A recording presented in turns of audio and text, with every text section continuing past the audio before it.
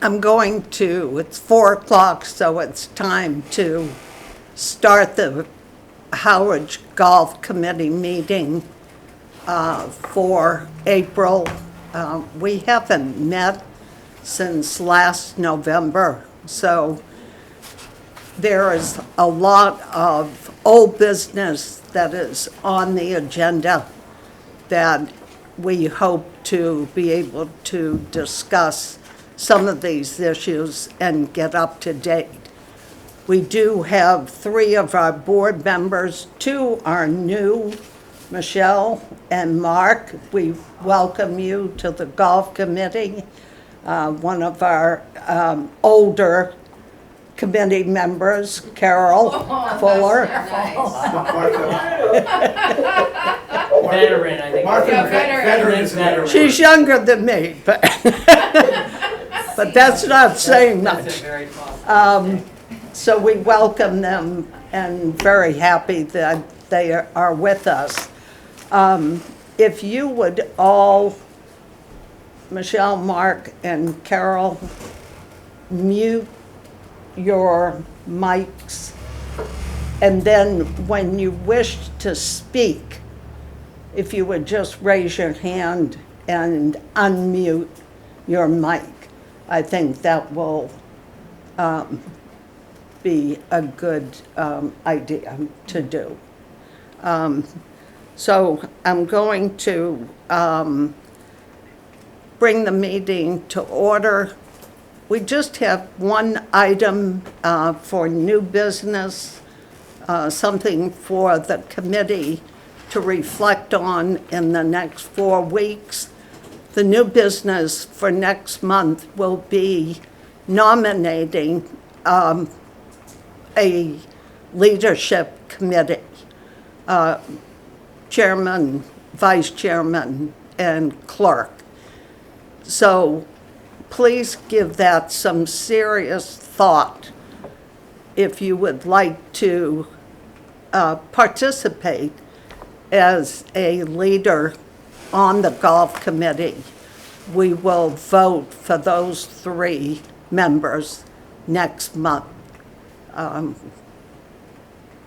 sort of sitting here because there was nobody else to come in and take over. No, you were vice chair. So I'm vice chair.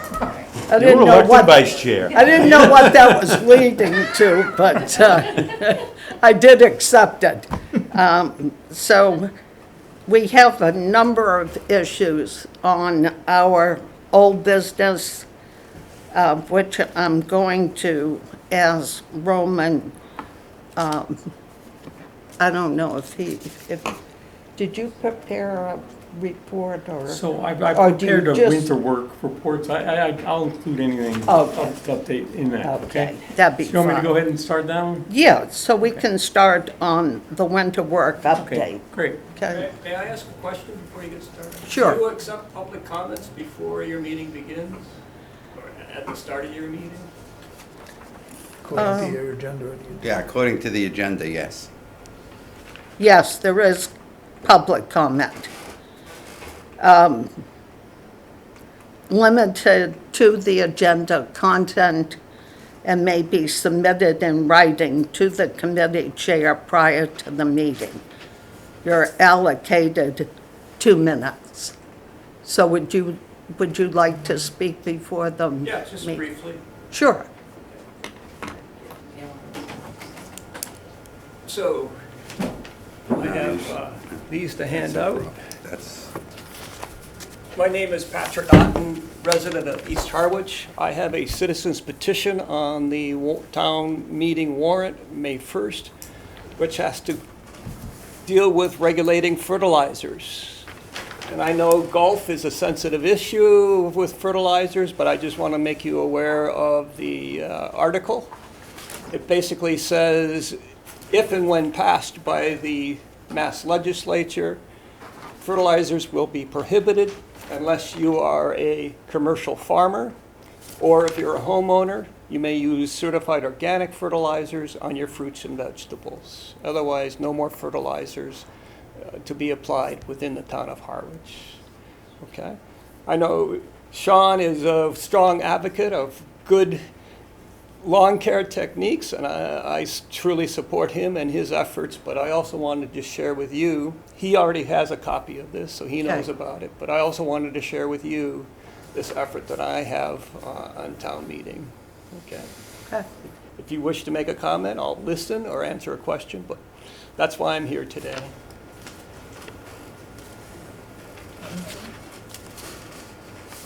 I'd like some time to review it before I Okay, make any comment, all right. Well, yeah, but thank you. good. I thank you as well. I just wanted to share with you so you're not, in the dark about what's happening in the background here. Right, All right. thank you. Thank you very much.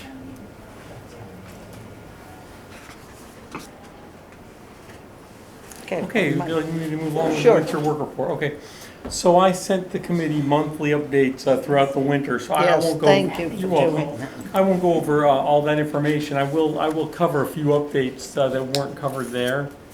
So Bowditch as Excavating completed bunker renovation on 17 bunkers and new sod on the range tee, including an expansion of the instruction tee. That was all contracted last fall. And then we did hire a new maintenance foreman, Dean Damon. He was an internal candidate promoted from the greenskeeper position. We're currently advertising to backfill his vacant greenskeeper position. The internal applicant deadline was today, and I do believe we do have an applicant internally there. I haven't checked yet, but I am aware of somebody applying internally for that job. Staff has aerated the greens on 4-2 and 4-3 this month, and is in the process of aerating fairways and tees. Just standard spring practices. As far as golf operations go, we hit an all-time high in entries for our early registration contest of 529. Last year we had 500 for comparison. In the pre-pandemic days, we were like 300 to 330 or so. So people are really starting to get, to participate in the contest and renew early, which is great. The whole reason we designed that contest was, people were coming in just the first time they played in the year in May or even June, and really it was a burden on our staff to process those so early, and it's nice to get the money in the bank earlier. So the fact that we got 529 people to either buy or to renew their annual passes in the winter months, it was great. The winner of the contest was Nick Stefkovich. And then, an update on where we stand currently. So as of yesterday, we have 843 annual passes sold. And for an annual comparison, that's exactly 20 more than was sold last year.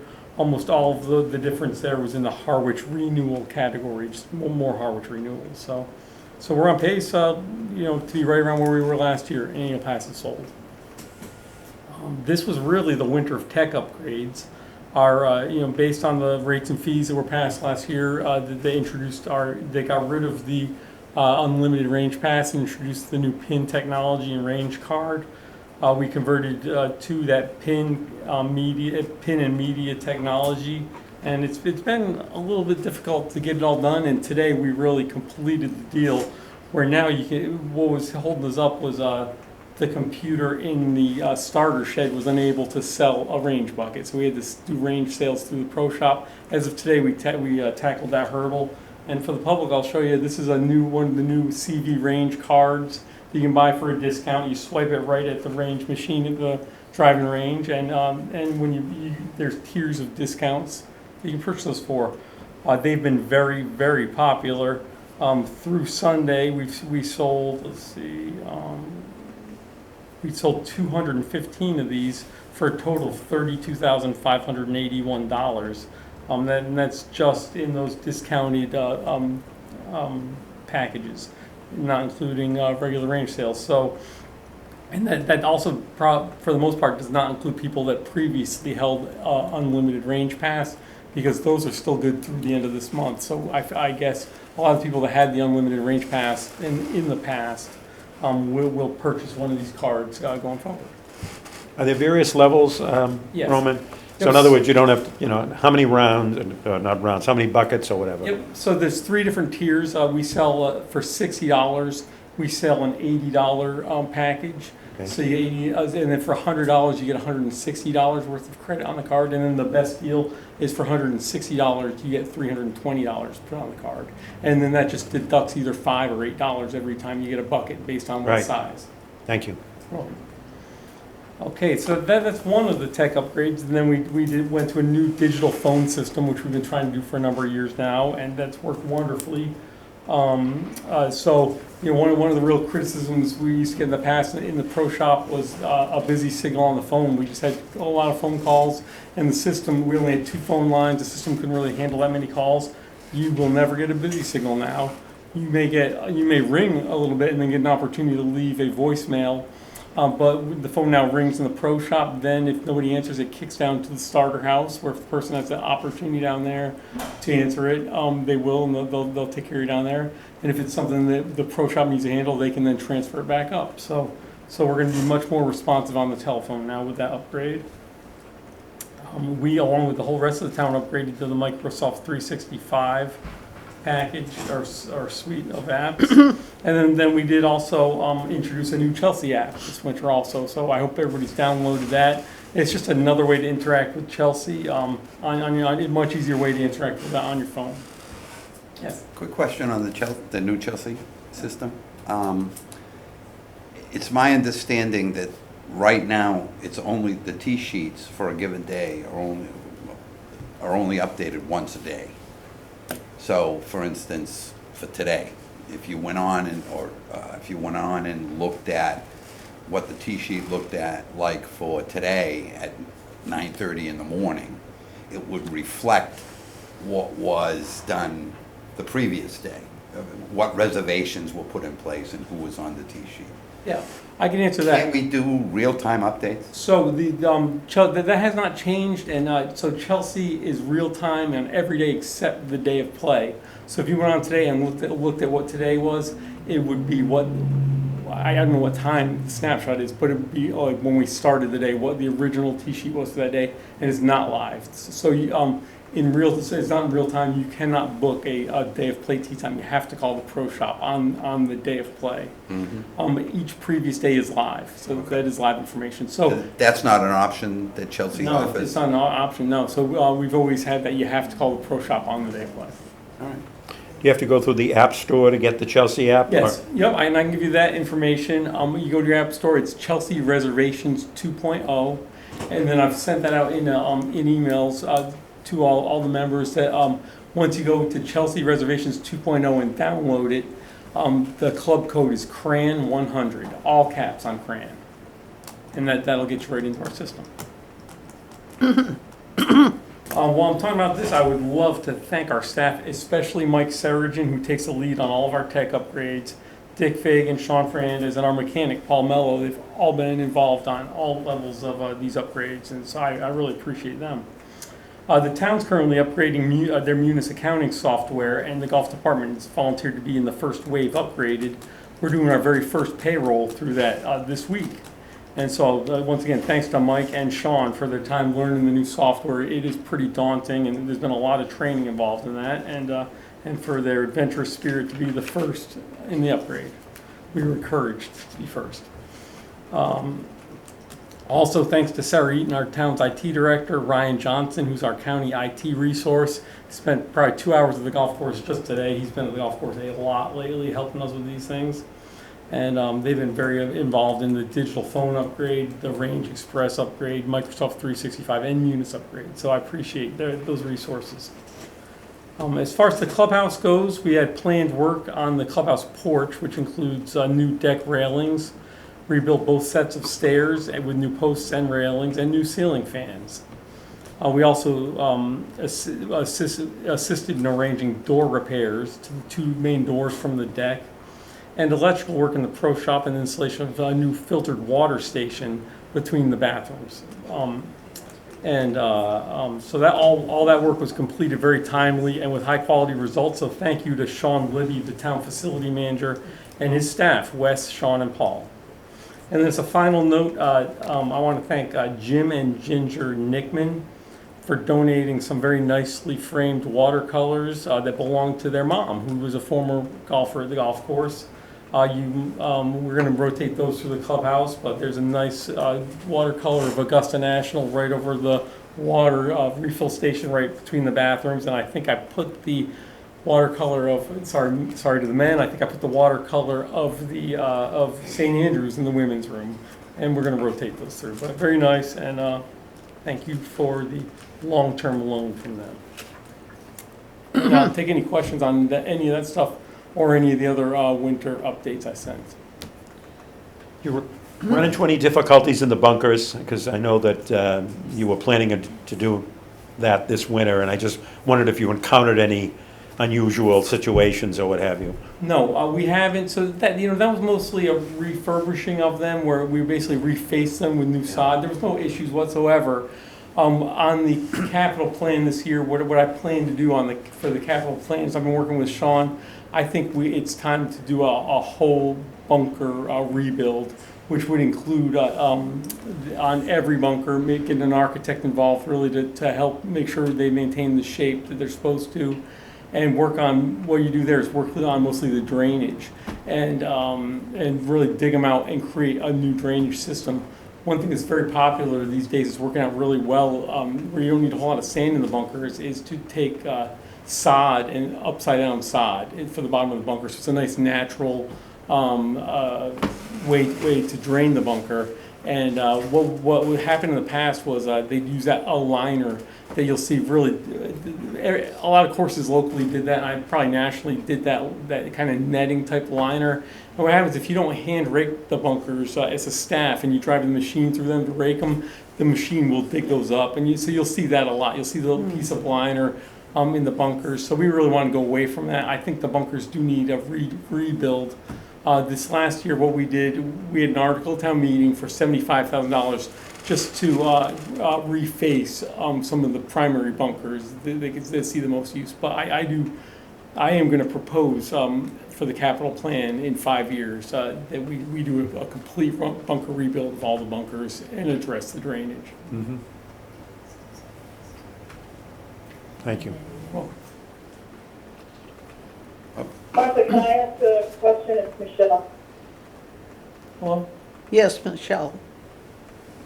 So, Roman, nice to meet you. Thank you for all the answers. I know we had a lot of questions for you. I guess related to the answer you just gave related to the bunkers or your thinking on capital projects, could you just maybe take 1 minute to educate me as a new member of the committee? How do things like that get brought forward? Do they come to the committee, or are they brought to the Board of Selectmen? And how do we as a committee interact with you? So let's use that example you gave. How would we be part of the thinking as you develop your thinking on that? Sure. Annually, at least once annually, I will put forward a spreadsheet that shows all of the golf course capital projects we've done in the past, and really what that'll have on it for 5 years from now is what Sean and I will recommend. But then, when we do present that at the golf committee level, we will take any feedback from the public, any feedback from the committee. At that time. And so, the town has transitioned from a capital budget to a capital plan in the last few years. And so now anything that's going to be on the capital plan is always year 6, unless it's something urgent that would have to go to town meeting and get a 2/3 vote, I believe it is, to be urgently moved up. But what we're doing basically right now is a 5-year plan. And on our current 5-year plan, we have a major irrigation project in FY25 on that plan. I don't think we have anything else on it. So, because that's going to be a handful for us to finance. And so we've been saving a lot of funds towards that. And then, but I do think that maybe perhaps at the next golf committee meeting, that could be an agenda item, would be what our capital plan is and what our capital ideas are. That would be great from my perspective. Thank you. Welcome. Can I ask one other question on what the updates that you gave? Roman, and that was, at the very beginning, you talked about the really strong trends in annual pass sales, which is great. I know last year, I think it was the October meeting, there were some questions around should we consider capping membership. They were kind of like anecdotal concerns that people weren't able to play. There were, I attended that meeting, there were comments made about other local courses have capped membership for non-residents. And so I'm not sure how to think about all of the comments, I guess, that I've heard. It sounds like we are on course to be at the same level of memberships or maybe even more than we were a year ago. So I guess maybe just for a starting question, how do you think about what's the optimal membership, and are we at that, near that, below that, above that, and how should we as a committee think about that as we go forward? Sure. Well, what we've done in the past is as the annual pass sales have increased, we have instead of looking to cap them, we've increased the annual pass holder tee times and the league tee times and such. And I know some of our local competition doesn't do that. They keep an equal, like 50-50 distribution of tee times, and then I think one or two towns have capped not annual passes in general, but like non-resident annual passes. I haven't considered doing that, but I would take any feedback there. I think it's one component of my job is really to look at what the revenue needs are, and make sure that we have enough, based on the annual pass sale trends, that we do have enough public availability to meet our revenue needs. Did you hear any feedback last year that there were concerns that people were not getting tee times regularly, or is that really just something I was hearing anecdotally? Well, I think the best feedback that I get on that is I run a report. When our Chelsea system can't fill a tee time, when somebody makes a request and they can't fill it, that's called the overflow report, where you get put on an overflow list. And so the best feedback I have there is by running that overflow report for each day, and I do run those reports daily. And any days I may miss, I'll catch up on it. It's really good feedback for me on our people getting accommodated. And in addition to that, like how many, when people don't get tee times, how many points they do have. And boy, I really think that if anybody, unless you really stomp your feet and say I'm playing at 8 o'clock in the morning, 5 days a week. There is availability, and in general, a lot of the people that are put on that overflow list, I will reach out to them if they've made a mistake in making a request. If they're requesting tee times, like in a window of tee times that's reserved for non-pass holders, I'll reach out to them and say, geez, it'd be really helpful if you looked at. I'll show right on our website is under the member resources tab is the distribution list of what the tee times are each day. Once we kind of tackled that, no, there's not a whole lot of people that are on that overflow list unless they've really played a lot of golf. Unless we're talking about 8 points or so, and that's over a 14-day period. That means you play golf 8 out of 14 days. That I'd say that's a very acceptable number. During during 2020, during the pandemic restrictions, when we were down to 15-minute tee times, where everything was mandated by the state. That overflow list would have 100 people on it every day, and because golf was really the only thing you could do. I mean, real other places you couldn't go to the movies, you couldn't go anywhere really. So people were really relying on golf, and so I got a real sense then of what a course looked like that couldn't accommodate everybody. And then I know the Board of Selectmen were receiving a lot of emails, and I was responding to them about explaining the situation. So. That was a case where there was too much demand. I really think that last year I saw things really normalizing. I think people are getting back to other activities, and that overflow list was really not alarming whatsoever, where people with low point numbers weren't getting their tee times. People were getting accommodated in general. Thank you. That's really good perspective for me. Thank you. Welcome. Martha? Excuse me. Just a couple, procedural thing first and foremost. According to the agenda, and just so that we follow procedures properly, we're supposed to approve the minutes from the prior meeting before we go on. And That has been I don't in want my to break head. any rules, so. No, I just didn't want to interrupt Roman, but I Okay. was waiting for a little breath of fresh air so I could go back, because I certainly skipped over it because of the new business. But I have sent out the minutes for October and November. I know you've all had chance to review it, and if anybody would like to make a motion to accept, please do. I make the motion to accept as written. October? Both. I think we have to do them separately. Do we have to do them? October. No? The boss says we can do them both. You can do them both? So do. I'm not your boss, I'm just the associate director. Yeah. Then I will second the motion. All in favor? Aye. Our Zoom friends? Carol had her hand up, I don't know whether she got, Carol, you approve? You're muted. You're muted. You got on mute. Did you approve, Carol? She wanted to say- Martha. Okay, I did. thank you. And then, The new members would have to abstain that they weren't there, right? yeah, they didn't vote. No, No, they don't? I disagree heartily with the Robert's Rules of Order, say that since it's available as a video, you can Okay. vote, and I personally don't agree. Okay. That's what the rule is. All right, cool, no problem. Keep going. Okay, And then another procedural thing, if you want to call it. I had sent you an email.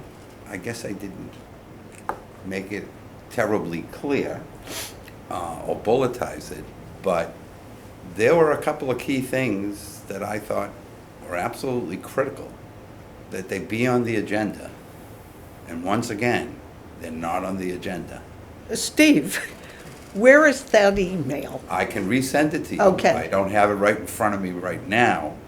Because I reached out to every single member of this committee, Okay? and everybody responded but you. And Okay. so what I did was, I sent you another email, and I said, Steve, you haven't responded. Is there anything that you want on the agenda? Okay. I saw that, yeah. And you did not have something that was to be on the agenda. You made a general statement, but Okay. it wasn't an agenda item. And I have that email. Okay. So Find it. Okay. This is a waste. I'm going to move on, Roman, in regard to something that we really have spent some time on, but we're sort of in limbo right now, and that has to do with the short course. And if we could just have an update Sure. on that. Yeah, so I mean, as far as that's an ongoing procurement. As far as, the procurement goes, there is no limbo. That's moving on strongly. I will present any resulting design or feasibility study when it's completed at the public meeting. We're currently, what's an update is that we're currently working with the town conservation, Blue Flax wetlands experts to delineate the vernal pools in the areas that we're looking at. Richard Mandel Golf Architects is developing design concepts. And we may end up seeking a variance from the Conservation Commission, but we're discussing that with Conservation. And nothing else to update other than that is an ongoing procurement right now, and it's moving along nicely. So do we have any designs at all right now? No, so, no, nothing to present. There's a number of concepts being worked on, but we're basically answering questions and seeing if we're gonna have to, seek a variance from the Conservation Commission. The variance will affect the design. Yeah, yeah, so, basically, there, in the area that we're looking at for the short course, there is a vernal pool there. We hired Blue Flax, which is a local company, it's, they're wetland experts, and, they came out and marked it, and then they uploaded the points, all the points of the vernal pool. And so, what the architect is working with is different design concepts based on if we can get a variant, what he's gonna request for variance, and if it turns out we don't get a variance, what a secondary design concept would be. Is there any date for that? No, not yet, but, you know, at a committee meeting, I will let you know if it turns out that, we're gonna seek a variance, with the commission. Martha? Question? Yes, Carol? Yeah, Roman, could you share a little bit more about the short course? How many holes are intended for the short course? What else do you envision Sure. will be included? Sure. So, you know, what we're looking at is 9 holes, of holes, you know, varying from, let's say, 60 to 120 yards, and they're going to be in that one spot of the land between holes 14 and 18, is what the initial design concepts are looking at that the architect we're working with has in mind. So it'd be 9 holes of holes varying from 60 to 120 yards. Thank you.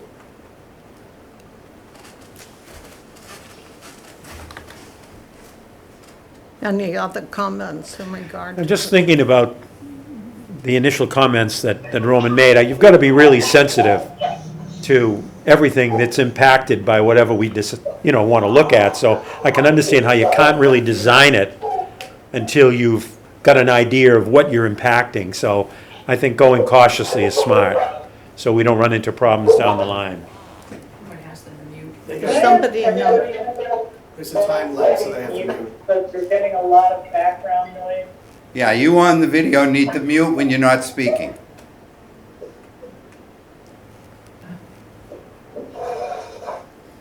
It We- might be Bridget, from what I see on the screen. You're on, Bridget, if you could mute.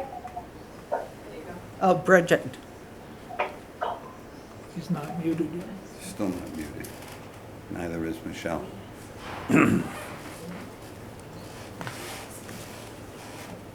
Carol, did you have something you wanted to say? Well, I do have one more question. At what point are we going to have a financial feasibility study on the short course? So that's all part of the procurement. So at the end of the procurement, when the architect will provide his final report with the design for a putting course, a design for a short course, and a feasibility study, including operating costs for both.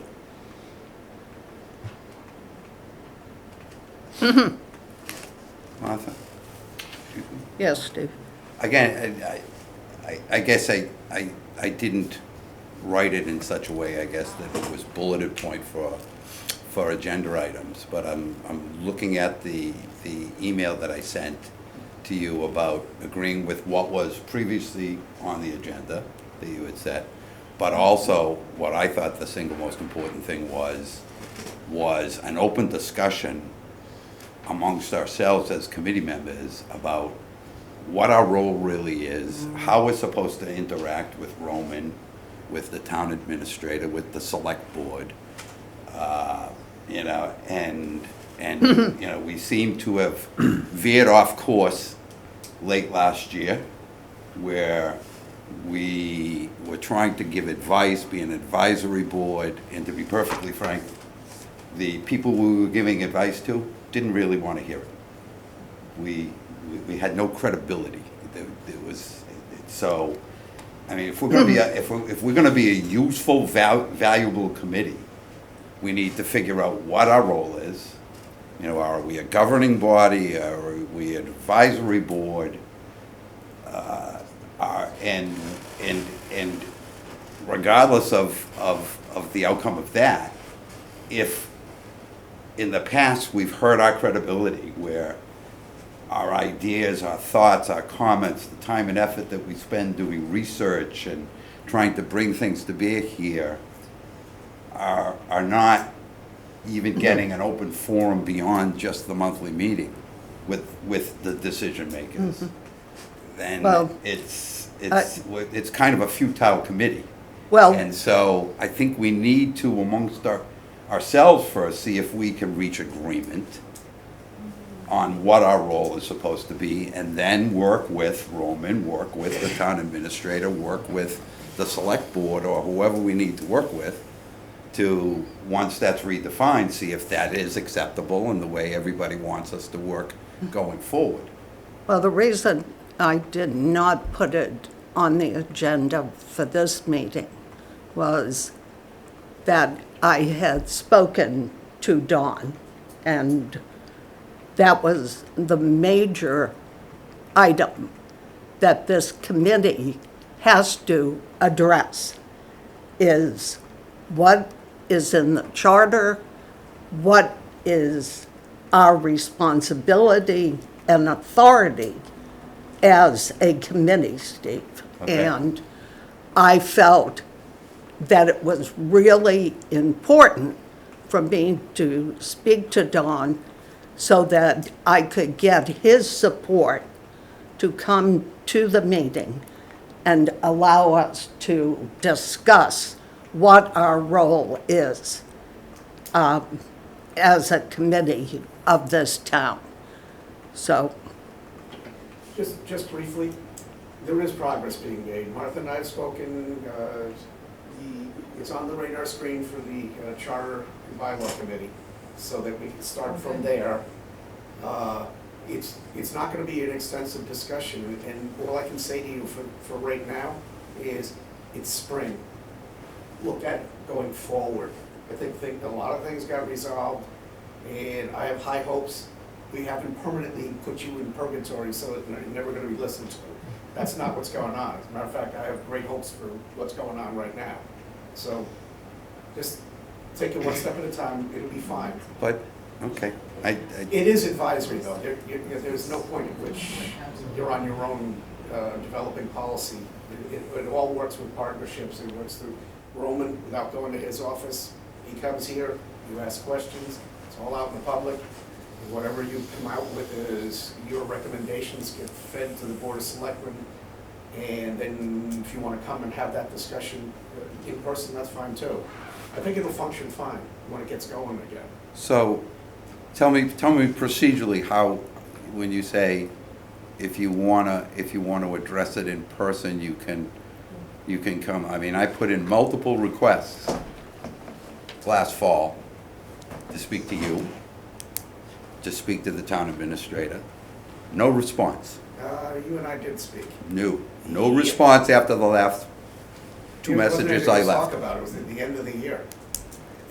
Now we're starting to. No, but even forgetting about the committee level, just as a taxpayer, I shouldn't put a request in, I shouldn't leave a voicemail for someone on the select board and get no response. I don't set the agendas.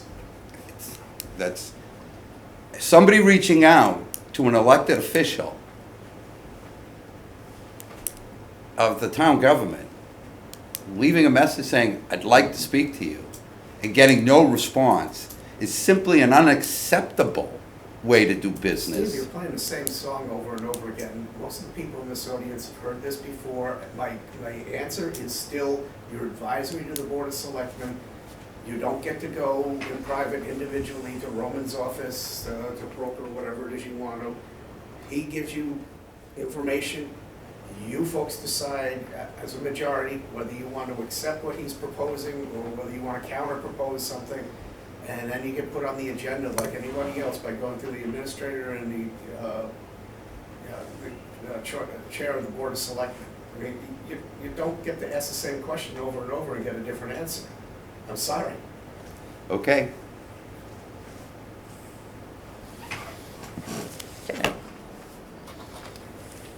Next agenda item is the course rating, Roman. Yep, okay, so, there's no progress on any re-rating, as we are currently, as I mentioned many times last year, we're rated through 2027 will be our next, or when we're due for our next golf course rating by Mass Golf. And, I did talk to town administrator, and, the one thing that would change that and would qualify us for a new rating would be if we had any major changes to our tees or the golf course in general. And that topic remains tabled as far as the tees, any changes to the tees go. So at this point, the golf course is as is on the scorecard and is rated through 2027. Okay.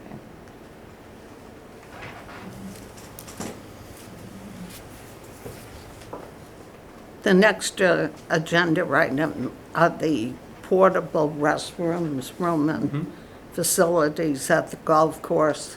I know a number of people would certainly like to see something a little bit more permanent, as we have at the different fields and at the pickleball courts, and is to have something permanent on the golf course. Has any discussion taken place in regard to that? No, well, not beyond what, I think I reported last year to the committee that we did reach out to the health department, and they said they would not approve any permanent facilities unless there was potable water and electricity and some type, they wouldn't approve a septic system out there either, some type of non-septic situation out there, basically. And then if, so tackling those issues would be huge. I mean, the potable water, we just don't have potable water out there. We don't have any electricity out there that it'd be a big project, basically. And so I think nothing's gone beyond where I reported that to the committee last year. As far as the portable restrooms go, I don't know if you're interested. We did procure those just for April 15th delivery on a 7-month contract on county bid. And we're encouraged to purchase anything we can on county bid because it's the best pricing we can get, or state contract. And so those are on a 7-month contract currently with the company Fraser that won the county bid for that service. So, I don't know if anybody saw them. I checked the units out when they first came in. They're actually better than the ones last year, was my opinion. Just because they're white, they're lighter. We're gonna have the same thing, a 3-time a week cleaning of them by the company, and then our own janitor goes out 5 days a week and cleans them. So they should stay nice and clean. And it would be a big chore to tackle to get something permanent out there. If we have been exploring ideas internally for, the type of things you'd see, like possibly at a wedding or a bigger event where you have a trail where we would purchase them and we would purchase units in-house and put them on a trailer and basically own them and clean them ourselves. But then there might be an opportunity to go maybe a step better that way. But again, that would have to be on the capital plan, and that would be a large expense that we could be competing with other golf course needs at that point. Roman, the senior softball league has filed a request with the Community Preservation Committee for a restroom. I assume it's behind the community center. Is something like that feasible for that's a completely no revenue generation with it, and they're trying to get Community Preservation Committee funds. I mean, it would seem like a revenue generating activity like the golf course might have a better chance of getting Community Preservation Committee funds. Well, I mean- Has anything like that been considered? You know, I've always been told in general that because we do have our own dedicated funds at the golf course, that we should not compete with community preservation funding, because if that funding is for departments that don't generate revenue and don't have the ability to pay for their own projects. And so I've been told on a general level, we should not compete with those.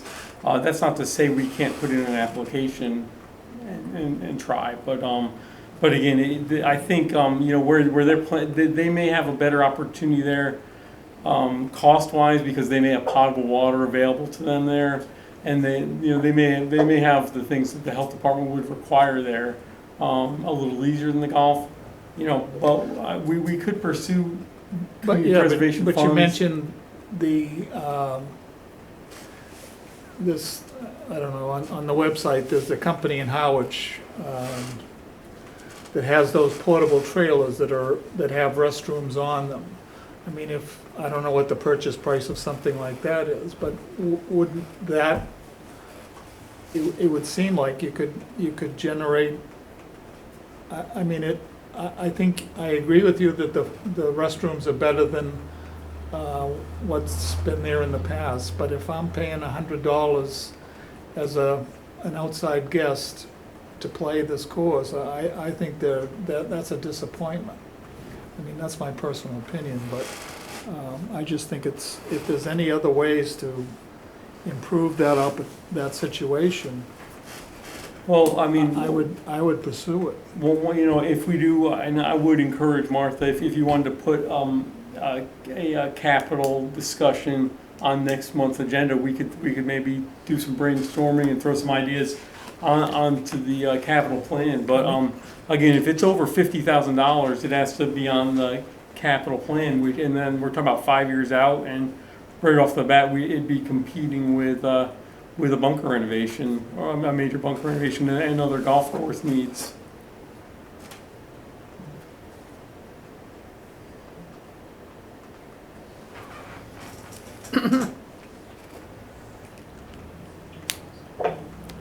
Another item that we have down here is the cart rentals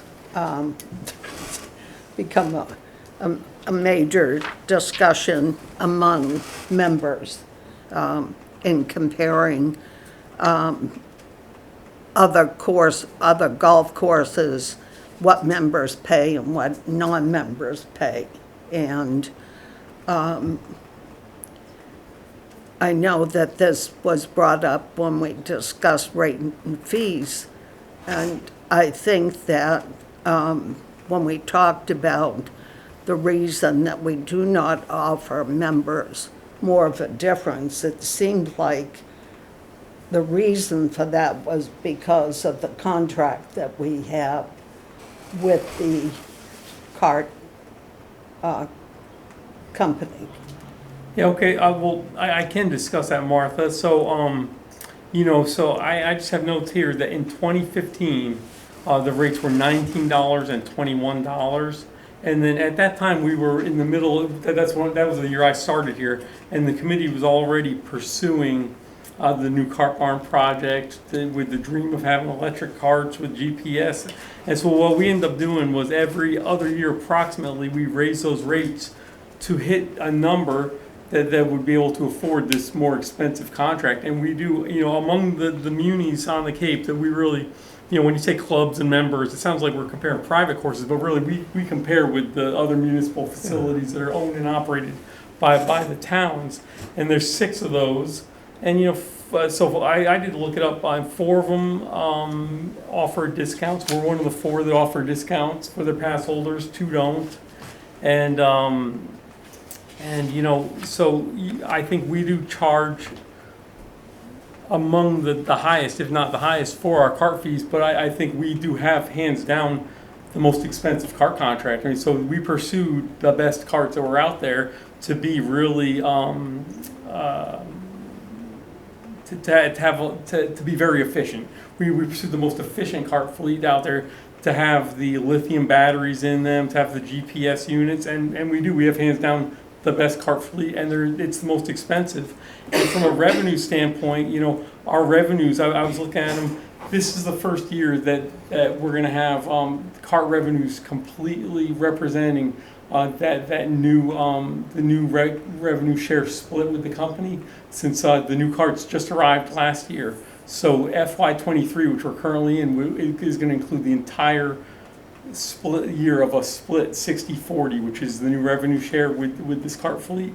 And our revenues are going to be right back to where they were in 2015, as you know, once we do that split. So we've been boosting those rates just for this sole reason that it would maintain the cart revenues and then not take a big dip in revenues once we did get this cart fleet. I guess, Roman, can you explain that a little? The 60-40 split with the leasing company is, or the cart rental company is, 60% goes to them, 40% goes to the town? 60 stays with the town, 40 goes to them. Okay, and do you have a revenue commitment for the rental, the cart company, whoever's leasing the carts to us? So not with them necessarily. What we did was we sat down when we negotiated the price with them, because you know originally they wanted a 50-50 split. We sat down with them and we showed them exactly what our rate structure was and what we've done in the past for car rentals, and that's where we convinced them that they would hit a number that they needed to hit with a 60-40 split.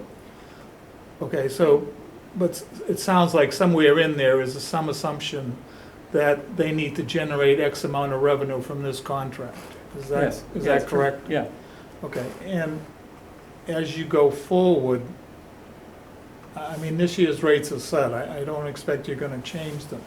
But as you go forward, I would think it would be beneficial, especially for the, let me call it the Harwich annual pass holders, that we have some kind of target that says it's 80% or 90% or some percentage of the non-pass holder rates goes to the, I mean, we've been at $2 difference for at least according to your information, 8 years. I would think, you know, we probably ought to owe the town, the taxpayers of the town that are members of this thing, a better rate. I mean, in Dennis, it's about $8 difference. In Brewster, it's $5 difference, I believe, between the member rate and the, yeah, in Brewster it's $5, in Dennis it's $6. A difference between what the guests pay versus the annual pass holders. I would hope we could move somewhere beyond $2. Well, when we discuss rates and fees, I think we can discuss that again.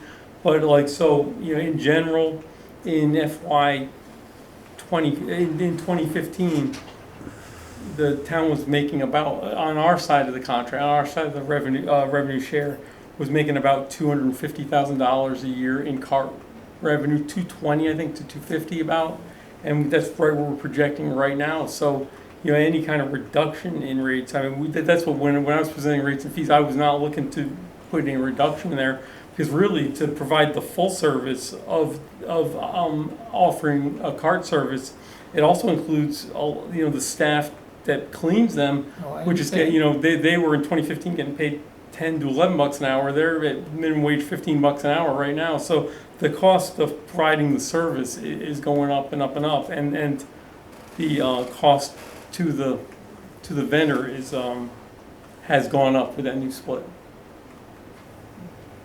I certainly do understand the labor costs, but there's some other costs that are actually going down. I mean, you're not buying gas anymore. Right. And again, as we talked about a little bit last year, towards the end of the year, we also are eliminating the electricity bill. with the completion of the cart barn, solar panels on the cart barn and the solar field. That's a pretty significant annual cost that we had to bear that is now gone.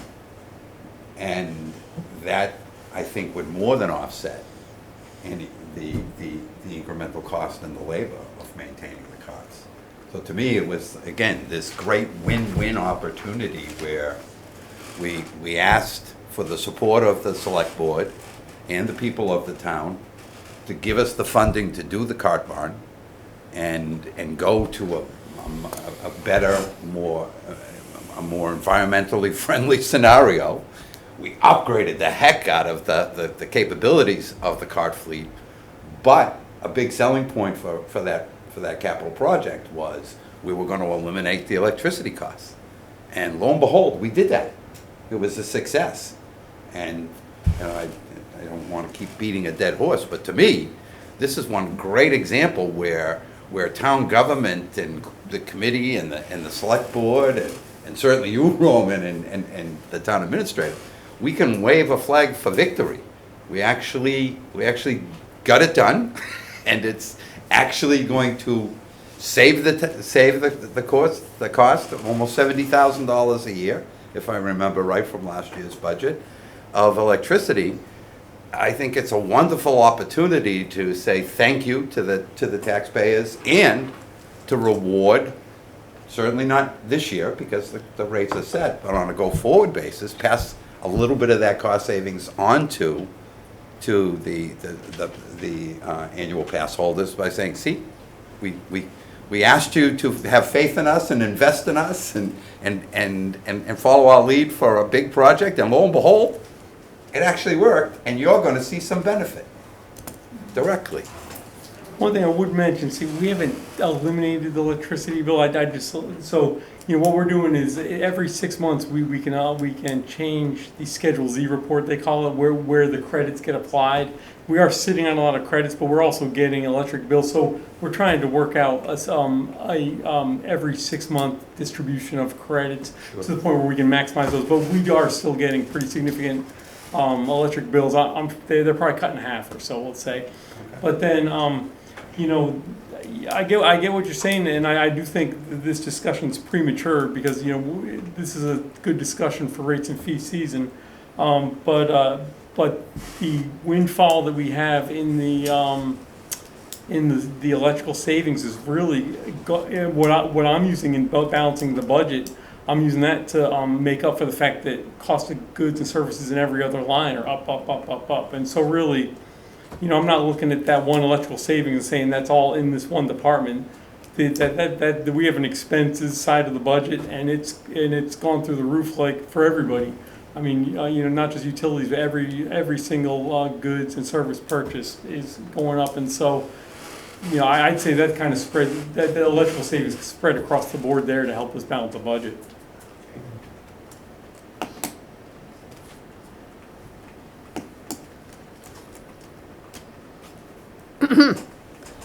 The next item, Roman, we have a number of committee people and members are really not as familiar with the First Tee program.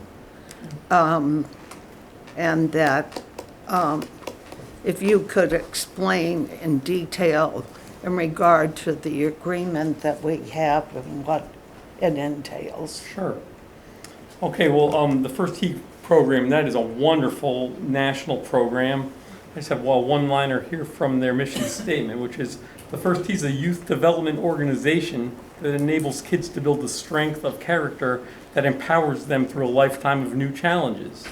And basically, they really market themselves as it's an education program that uses golf to teach life skills. It's a wonderful program. The details of the agreement, it's a facility use agreement. No money changes hands at all. I think the contract is calls for $1 a year for 3 years. It's a 3-year agreement that was signed by the selectmen, and it's run by our local chapter of Mass Golf. And the chapter, they provide the instructors, they pay the instructors, they pay to train the instructors. I know our current lead instructor, he gets flown down to Louisville to train at a headquarters they have down there. And they take on insurance policy to insure the program.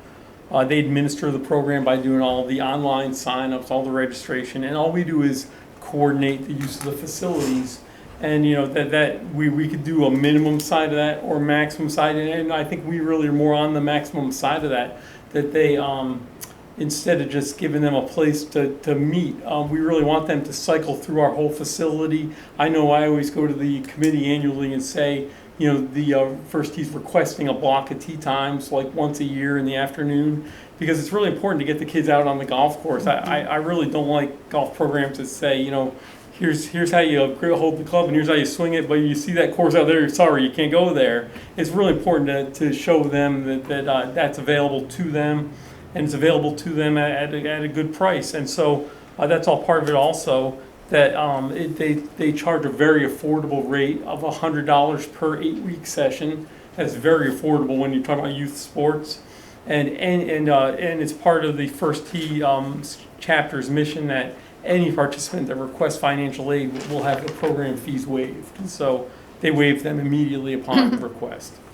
And our programs in the fall and the spring are limited to Monomoy Middle School students only. In the summer, it's open to anybody that wants to sign up. The reason it's limited to Monomoy Middle School students is it's just they're trying to maintain a student to teacher ratio, and with the Monomoy Middle School, it's a very popular program with them, and so it's a lot of instructors required for that, so they couldn't take on any more than just that. But How many students do we have? between 25 and 30 from Monomoy Middle School. And then during the And summer? in the summer, I'd say it's around the same. It's been hovering about the same number. Ah. And so we're lucky enough that we have a Monomoy Middle School has a band teacher named Gordon Napier. He teaches at the school. He's also looking to pursue a career in golf instruction. So he decided to pursue a lead instructor role. And as I said, the First Tee chapter was willing to invest in him and send him down to Louisville to get instruction. I think they have 3 different levels of coach instruction, and he's completed 2, I believe. I think he's considered a level 2 instructor, but it's all under the chapter director, Kyle Harris from Mass Golf, who oversees the program. And it's been a wonderful program. So the fact that we just had a new 3-year agreement signed, we just completed a 3-year agreement last year, and it was a wonderful success. I think it's a great success. And so it's one of 2 chapters on Cape. Hyannis Golf Course has the other chapter. And it's a wonderful program, and it's wonderful that it's offered to the residents of Harwich and the kids in the Monomoy School District. Thank you. Carol? Martha? Hi, Roman. I have a couple of questions to ask. Now, do you think that there are about 20 Harwich kids in the summer, or is that a mix of vacation kids and Harwich kids? I could probably find out that information. I wouldn't want to guess. I'm sorry. I'm not sure. I'm not sure. Okay. I think their numbers didn't fluctuate much from the school year to the summer, so I think it's a lot of the same kids would be my guess. But again, I wouldn't want to guess, so I could look that up. Okay. Jack sent us a copy of the contract. We didn't really know that the contract was being signed, and I just had a question that you could probably answer, and it is on number 1, in which it talks about the owner agrees. And it sounds pretty onerous, and maybe in actuality it isn't, but it seems to talk about the number of free rounds, discounts that the chapter gets. And I just had some concern about it. Like someone would get up to 16 free rounds of golf. Okay, I can answer that. I'm sorry, I don't have the contract in front of me right now, but I am very familiar with it. I think there's a line, Carol, that's further down that says that makes a comment about this is the minimum requirements, but it's expected for the program's health or for the sake of the kids that you would go beyond what's minimum on this. So, they make no, so it's really up to me and the first tee director to figure out what facility, whether it's our short game facility or our range, where they're gonna be for each particular day. I think I've provided the committee with a schedule every single year where they've been here, and I've said, they're gonna take the instruction side of the range on Thursdays, and they're gonna take the short game area on Wednesdays from 1 to 5 o'clock. It's all just coordination. They make no demands of free rounds from us, and they make no demands of how many range balls. It's all up to us for them to help the program really to work together to make sure that that it's a positive program. Yeah, but the contract sounds pretty onerous. It speaks to the golf facility shall include, but not be limited to the owner shall provide up to 16 rounds of golf at no cost for each qualified chapter participant wishing to obtain certification for the first tee program. Greens fees for non-certified rounds at an appropriate discounted price. It goes on to talk about cart fees. So it sounds as though this could be a fairly significant number of free rounds that we're agreeing that we will give them.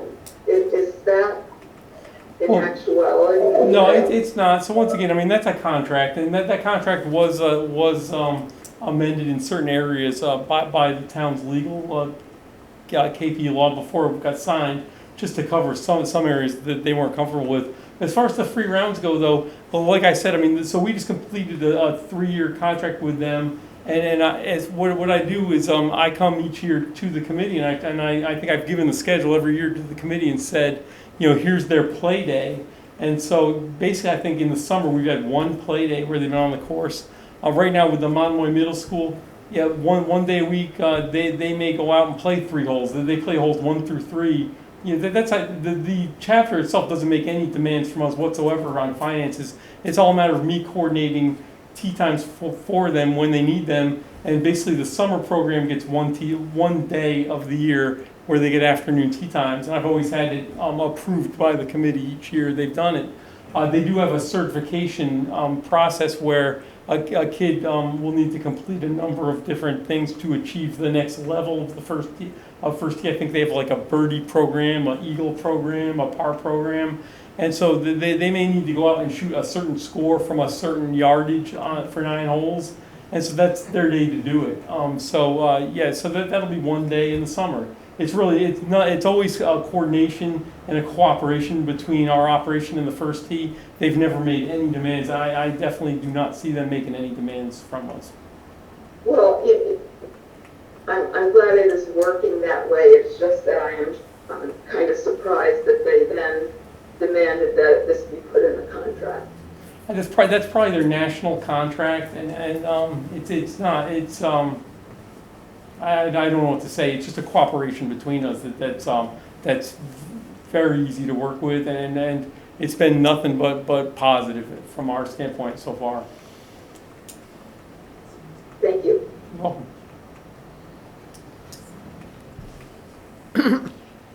Okay, the last item on the agenda is the restaurant and a review of the 2022 financial report.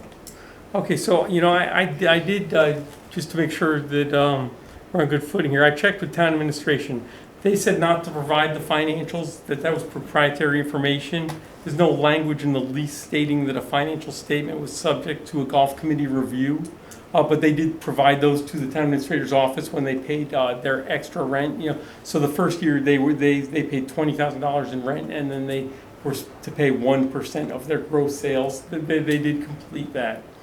I did see in here that you're asking for me to inform you of any plans they may have up for the upcoming year. Again, it's very, very positive. They're excited for year 2.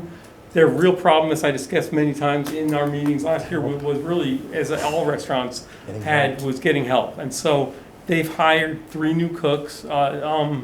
that they're very excited about. They've brought in some new equipment. If you walk in the restaurant, you'll see a new, like a sandwich warmer where they keep nice warm breakfast sandwiches and hot dogs and stuff like that. That was a purchase they made. I'm working with them right now on possibly replacing the grill because it turns out the grill to start the year is not operating great, and so that's fine. They have according to the lease, they can make a request of from me, and there's a line item in our budget specifically to upgrade equipment and areas of their operation. And so I'm working with them right now to see if we can upgrade their grill. And what we're looking to do is upgrade it from propane, which is not the cleanest gas really to use, to an electric grill, which they really want, and it gives them much more control over their cooking. And it would be great for our operation, as we were just discussing electrical credits. It'd be great for us to cut down on electrical costs. So that's part of their plans. Oh, and I also shared with their management our advanced booking book, so that they can maybe reach out to groups that have booked with us and then reach out and see if they can offer any services. I've always thought that'd be a great idea to say, hey, I see you booked 8 tea times on Saturday. We'd like to reserve you tables on our deck and have breakfast sandwiches ready in advance. They were thrilled by that, and they're going to take advantage of that as well. So they have some new menu items, but really they're very excited about having some more talent in the kitchen.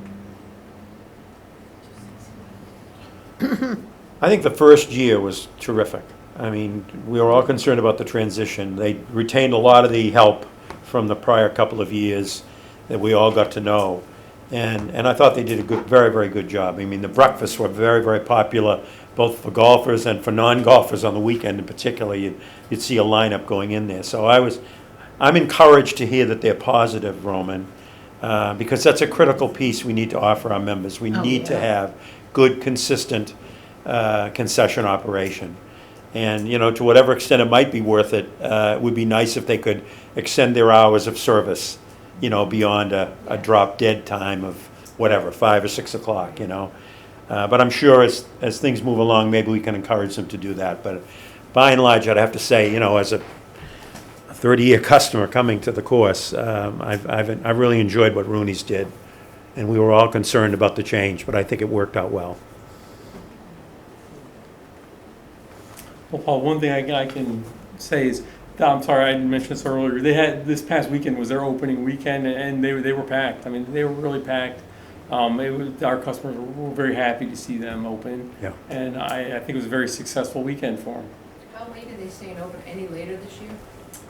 So it's all staffing issues that they had last year. I believe they are. I honestly don't know off the top of my head. I know they have a contractual obligation, I think, to keep the kitchen open till 2 this time of year and bar service till 4 or 5.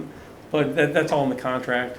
You know as well as anybody, people coming off the 18th or 9th or whatever they're playing, they want to go in and have a drink at 4 or 5. So walking to a closed restaurant is pretty like what? Especially in the summer. Yeah, they had staffing issues last year. And they're very encouraged that so they came on board last year and signed the lease. I don't want to guess, but I think it was like April 1st they signed the lease. They came on board very late last year, and it's been tough for restaurants all over for staffing. They're encouraged. That's the main thing they're encouraged about this year is their staffing. They had time to plan for it, so I'd expect to see. I'm hoping that they stay open later. I'm hoping to announce that they choose to do a few nights where they're going to stay open later and advertise that they're going to run a special dinner or whatever. Yeah, and that they always do on the Thursday because on Thursday night for our Twilight League they have a captive audience, so they always do something special that night. I'll announce any new plans they may have at next month's meeting. But I am encouraged. They're encouraged, and it's nice to see them open up. Yeah, it is. We all get that. So thank you. Anything you guys can do. Anything else that anybody would like to bring up right now? Call for an adjournment. So moved. Second. Second? All in favor? Aye. Thank you.